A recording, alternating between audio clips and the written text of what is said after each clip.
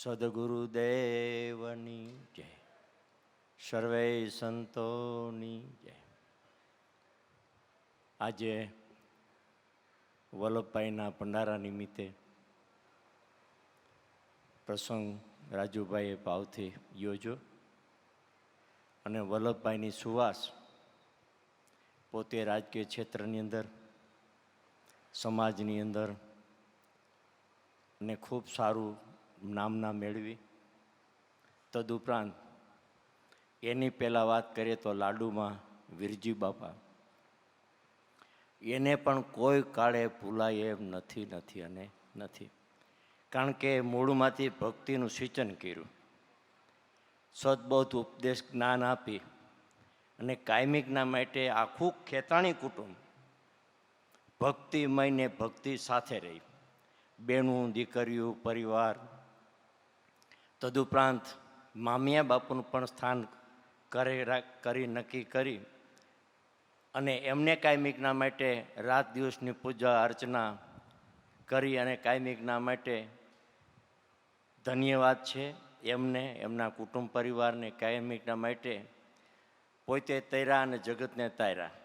ઉગારામ દાદા કહેતા ધર્મ કરે તે અંશ ધર્મી છે, ને ધર્મ કરે અને કરાવે મહાધર્મી છે. મહાધર્મીના લક્ષ્ય લઈ ભક્તિમય રહી અને કાયમિકના માટે આટલી સુવાસ ફેલાવી.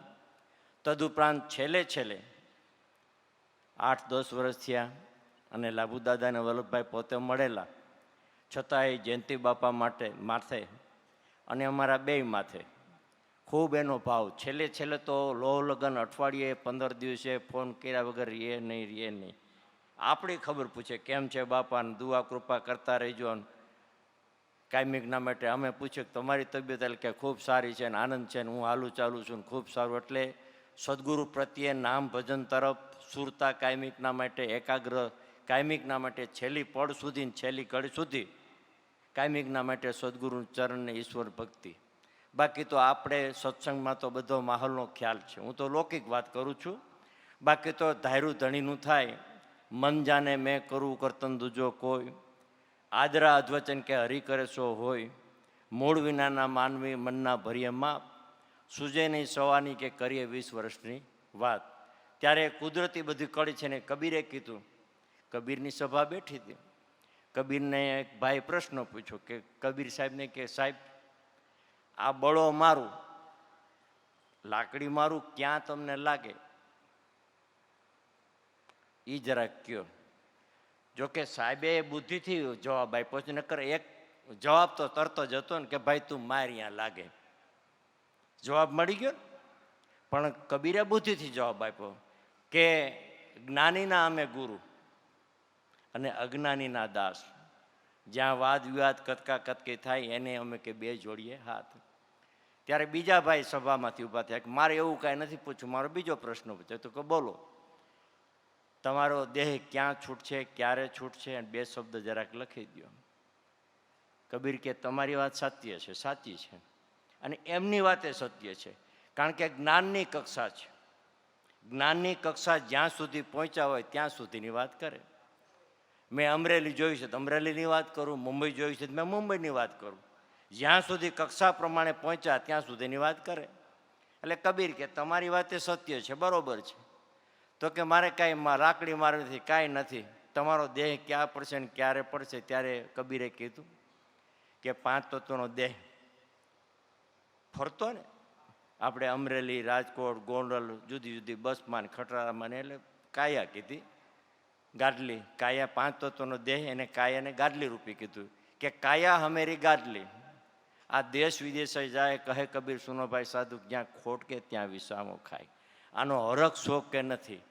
કેટલું જીવન જીવા, કેટલી ઉંમર, એના કરતાં કેવું જીવન જીવા ને એ મહત્વ છે. જબ જગત મેં તુમ આયે, જગ હશે તુમ રોય, પણ એસી કરણી કરો કે તુમ હસો ને જગ રોય. એટલે કાયમિકના માટે સત્કર્મ કરી અને સદગુરુ કાયમિકના માટે સેવી અને જેને ઘરે સદગુરુના વાસા ઉજળા એના આંગણા. એટલે કાયમિકના માટે નામ ભજન બિના નહીં નિસ્તારા, જાગ મન ક્યુ સૂતા. આ જાગ્રત નગરીમાં ચોરની લૂંટીને જખ મારે ગયા યમદૂતા. એટલે કાયમિકના માટે નામમાં જાગ્યા, ભક્તિમાં જાગ્યા. એની માત પિતાને બલિહાર છે. એટલે કાયમિકના માટે એના સદગુરુ ચરણ કમળમાં વાસ છે. એને કાંઈ શ્રદ્ધાંજલિ આપવા પણ નથી અને નથી.